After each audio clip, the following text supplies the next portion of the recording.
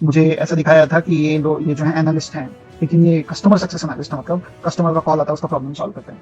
ठीक है, तो फिर मैंने ये बोला कि कंप्यूटर साइंस में ग्रेजुएट हो, मैं तुम्हें पढ़ाता हूँ, है ना, लेकिन पढ़ाई में मन लगता नहीं है। तो मैंने इन्हें प्रोग्रामिंग करना सिखाया। मैंने, आपको लग रहा होगा बीटेक कंप्यूटर साइंस ये की है, तो इनको कुछ प्रोग्रामिंग आती है, कुछ प्रोग्रामिंग नहीं आती। तो प्रोग्रामिंग करना सिखाया इन्हें। इन्हें आर्टिफिशियल इंटेलिजेंस सिखाना शुरू किया। इन्हें इंटरव्यूज दिलवाए इतनी सारी कंपनी में, इनका रेज्यूमे बनवाया। हर इंटरव्यू के बाद क्या क्वेश्चंस का कैसे जवाब देना, ये सिखाया। मेरी कंपनी में भी इंटरव्यू दिलाया जहाँ सेलेक्ट नहीं हुई।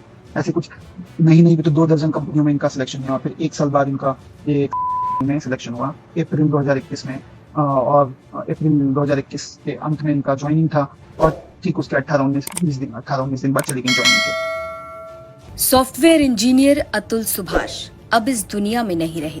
अतुल सुभाष ने मरने से पहले 23 पन्नों का नोट और लगभग 1.5 घंटे का वीडियो रिकॉर्ड किया। इसमें अपनी पत्नी और ससुराल वालों पर दहेज के झूठे आरोप और मानसिक प्रताड़ना का आरोप लगाया। अतुल सुभाष, जो बैंगलोर के मंजुनाथ लेआउट क्षेत्र में रहते थे और एक प्राइवेट कंपनी में काम करते थे, 9 दिसंबर को उन्होंने अपनी जान दे दी। मरने से पहले इस वीडियो में अतुल सुभाष ने अपनी पत्नी को लेकर चौंकाने वाला खुलासा किया। अतुल ने बताया कि शादी से पहले उन्हें पत्नी की नौकरी को लेकर झूठ बोला गया था। शादी के बाद जब पत्नी की नौकरी छूटी तो उन्होंने ही निकिता सिंघानिया को पढ़ाया, सिखाया, इंटरव्यूज दिलाए और नौकरी मिलते ही पत्नी चली गई। इनका चूंकि नौकरी चला गया तो एक अलग रोना धोना है ना। इनको अपने कजन से प्रतिस्पर्धा है कि वो अच्छा कर रहे हैं अपनी नौकरी में और मेरी नौकरी चली गई है ना। अब इनमें वो है, और ये नेगेटिव साइकिल रोज रोज का है। मैं बोला कि पढ़ाई करो, चूंकि मैं अपनी फील्ड में बहुत अच्छा हूँ। मैं आर्टिफिशियल इंटेलिजेंस के फील्ड में काम करता हूँ, और मैं अपनी फील्ड में अच्छा ही नहीं हूँ, बहुत अच्छा हूँ। मेरे एज ग्रुप में दुनिया में शायद ही कुछ ऐसे लोग होंगे जो शायद मेरे लेवल ऑफ मेरा जितना अकाउंटेबिलिटी है और जो रिस्पॉन्सिबिलिटी मेरी कंपनी में है उतना मेरे एज में किसी को मिलता है जनरली। तो मैंने कहा कि पहले ये कस्टमर केयर का काम करती थी। मुझे झूठ बताया था नौकरी के पहले, शादी के पहले, कि क्या काम करती हैं।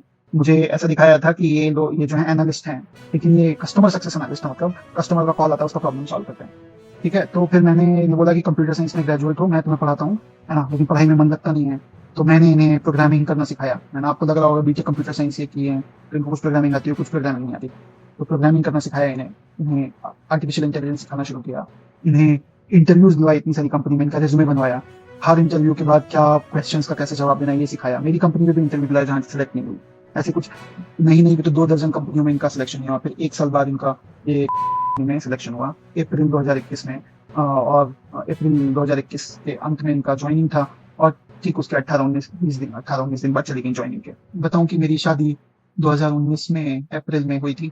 मेरी मुलाकात इस फैमिली से शादी.com के थ्रू हुई थी। जनवरी 2019 में हमारा एंगेजमेंट हुआ था।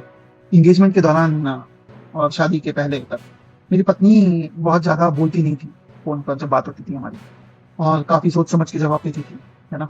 तो मैं चूंकि काफी बातें करने वाला बंदा हूँ, तो मैं हमेशा सोचता था कि ये तो एक समझदारी का सूचक है, एक विजडम का मार्क है कि कोई लड़की कम बोल रही है और सोच समझ के बोल रही है, तो शी इज वाइज। बट अच्छा ये है कि जो मेरी पत्नी ने मुझे खुद बताया कि उनकी भाभियां, माँ इत्यादि लोगों ने इसे समझाया कि शादी के पहले कम बात करो, नहीं तो शादी टूटने के चांसेस होते हैं। अब मुझे समझ में आता है कि ऐसा क्यों बोलते हैं, क्योंकि अगर लड़की ज्यादा बोलेगी तो सच पता चल जाएगा शादी के पहले। पुलिस के मुताबिक मृतक अतुल सुभाष ने ईमेल और व्हाट्सएप ग्रुप पर अपना नोट शेयर किया। उन्होंने अपने घर में एक पोस्टर भी लगाया जिस पर लिखा था जस्टिस इज ड्यू। वीडियो में अतुल ने देश के जुडिशरी सिस्टम, पुलिस और कानून में पुरुषों की अनदेखी को लेकर भी अपनी बात रखी।